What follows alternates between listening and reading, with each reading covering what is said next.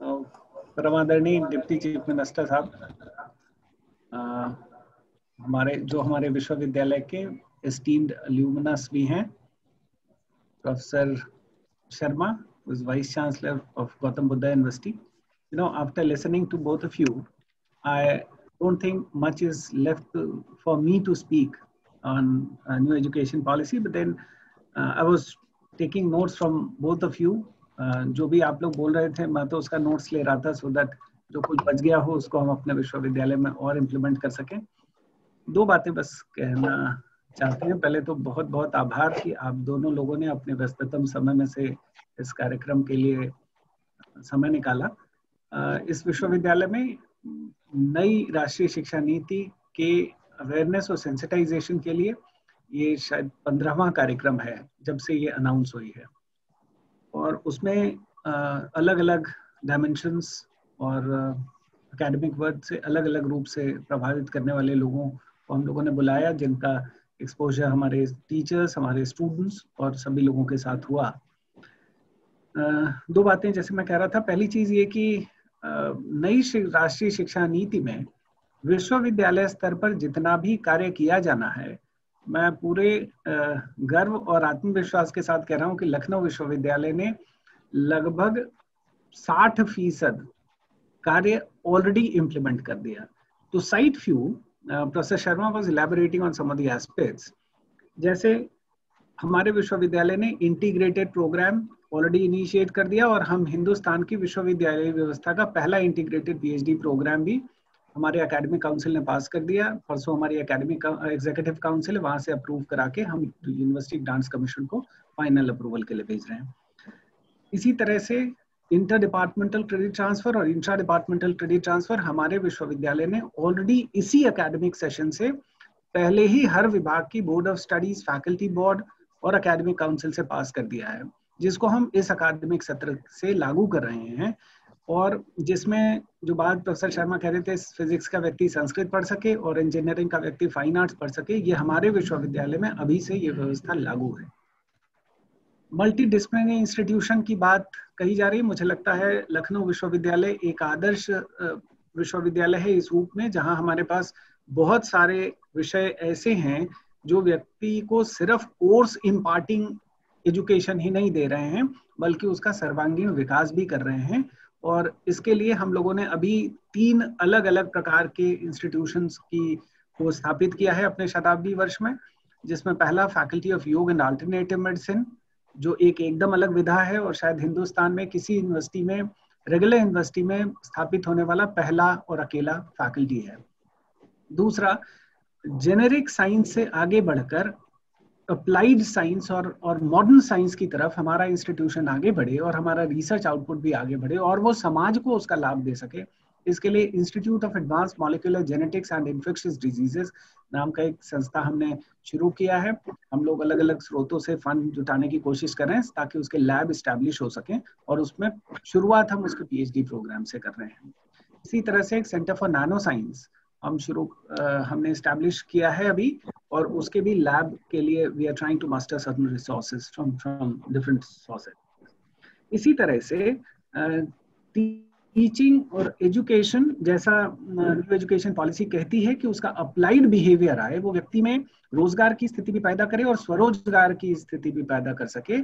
इसके लिए हमारे लखनऊ विश्वविद्यालय ने जो नया पीजी हमारा ऑर्डिनेंस है, वो इस बात को इंश्योर करता है कि हमारे यहाँ आप एमए हिंदी और एमए संस्कृत और एमए अरेबिक भी करेंगे तो आपको 6 हफ्ते का इंटर्नशिप करना होगा। गर्मी की छुट्टी में घर नहीं जाना है, गर्मी की छुट्टी में कहीं इंटर्नशिप करना है ऐसी जगह जहां अप्लाइड हो।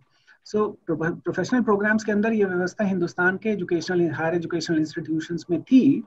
कन्वेंशनल और रेगुलर प्रोग्राम्स के अंदर भी हम इसको इंश्योर कर रहे हैं। तो हमारा हिंदी एमए का भी बच्चा जाएगा तो वो किसी पब्लिकेशन हाउस में, किसी लाइब्रेरी के अंदर उसको इंटर्नशिप करना पड़ेगा। न सिर्फ इंटर्नशिप करना पड़ेगा बल्कि उसको लास्ट सेमेस्टर में अपना डेजर्टेशन भी करना होगा। सो इस तरह से research orientation plus applied behavior of the education both are to be simultaneously addressed। इसका इंतजाम लखनऊ विश्वविद्यालय ने पहले ही कर दिया है। और different aspect of the human personality should be attended with। इसके लिए अलग अलग तरह के क्रेडिटेड वैल्यू एडेड कोर्स और non credited value added course दोनों का इंतजाम हम लोगों ने अपने इसमें किया है। जिस मल्टीडिसिप्लिनरी और ग्रेटर ऑप्शन की बात न्यू एजुकेशन पॉलिसी कहती है, हम लोगों ने बास्केट अप्रोच अडॉप्ट करते हुए फ्रीज्ड इलेक्टिव का भी ऑप्शन है और optional elective like open elective का भी ऑप्शन है, so that the greater variety. So एक पोस्ट ग्रेजुएट प्रोग्राम में शायद सिर्फ स्पेशलाइजेशन के केस में बच्चे को 20 ऑप्शन में से कोई 4 कोर्स सिलेक्ट करने हैं। So that greater option is available before the student to opt for, so that वो अलग अलग वो कुछ अपने विभाग से ले, कुछ दूसरे विभाग से ले और कुछ दूसरे संकाय से ले। ऐसी व्यवस्था लखनऊ विश्वविद्यालय ने ऑलरेडी कर रखी है। इसी तरह से एग्जिट क्लॉज हमारा जो नया कुछ कार्यक्रम हम लोगों ने अभी शुरू किया है अपने एकेडमिक काउंसिल से अप्रूव करा के, उसके अंदर एग्जिट क्लॉज का भी प्रोविजन कर दिया है, जिससे कि अगर 1 साल का कोई पढ़ाई करता है तो वो कुछ लेके जा रहा है, 2 साल की पढ़ाई करता है तो कुछ लेके जा रहा है, किसी केस में उसका साल वेस्ट ना हो।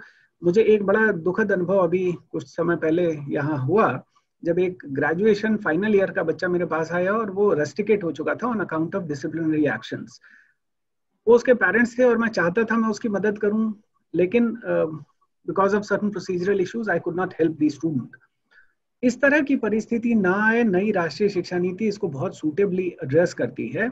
और हमने यूजी में अभी इस तरह का चेंजेस नहीं किया हुआ है जो हम इस एकेडमिक सेशन में करने जा रहे हैं, सो दैट अगले एकेडमिक सेशन तक वो आ जाए और इस तरह की दुखद स्थिति से बच्चों को कई बार दो चार होना पड़ता है, ऐसी स्थिति ना आए। आत्मनिर्भर भारत के पैटर्न पे आत्मनिर्भर लखनऊ विश्वविद्यालय भी बने, इसके लिए सबसे बड़ा प्रयोग हमारा रहा वो हम लोगों ने अपना एक लर्निंग मैनेजमेंट सिस्टम बनाया है। अभी जहाँ पे लर्निंग मैनेजमेंट सिस्टम, शायद इसमें भी हम जूम ऑप्ट कर रहे हैं, बहुत बार क्लास के लिए भी ऑप्ट करते हैं। एक आईटी टूल है, एक प्लेटफॉर्म है जिसके थ्रू कम्युनिकेशन फैसिलिटेट हो रहा है। हमारा लर्निंग मैनेजमेंट सिस्टम है जो कंप्लीटली एक क्लासरूम एनवायरनमेंट है, जिसमें टाइम टेबल जब इम्पार्ट कर दिया गया, उसमें प्लेस कर दिया गया, तो 10 से 11 अगर किसी की क्लास है तो 10 बजे वही टीचर उस क्लास में जाएगा और जितने बच्चे 112 बच्चे हों चाहे 87 बच्चे, वो बच्चों का ऑटोमेटिक उसमें एंट्री पॉसिबल हो पाएगी।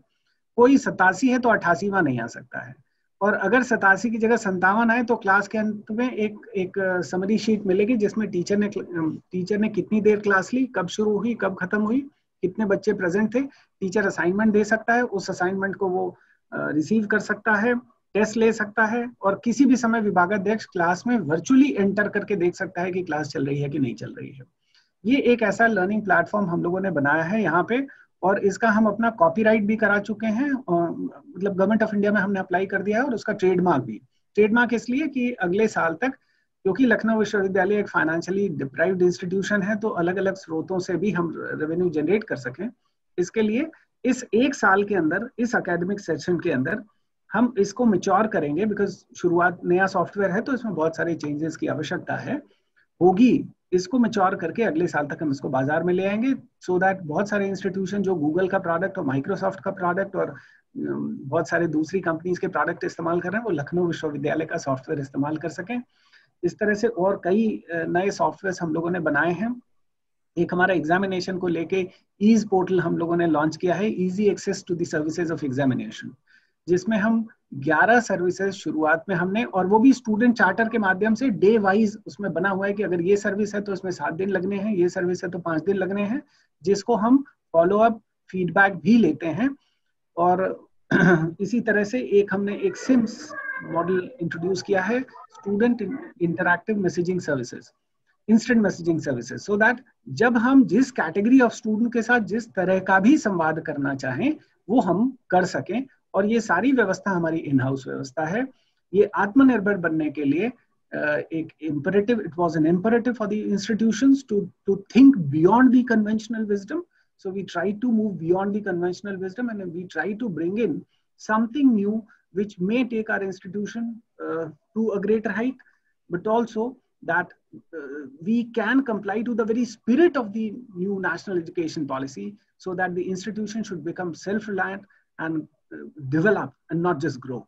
So इन्हीं बातों के साथ आप दोनों, स्पेशली हमारे डिप्टी सीएम साहब, उनको बहुत बहुत आभार है अपना समय देने के लिए। प्रोफेसर भगवती प्रकाश शर्मा जी, मैं तीसरी बार उनको सुन रहा हूँ, और उनको जब भी सुनिए तो बहुत इंफॉर्मेटिव होता है और बहुत लर्निंग एक्सपीरियंस होता है. So thank you very much for both of you to have spared your time to the institution, and thank you all the viewers for being part of this. Thank you very much.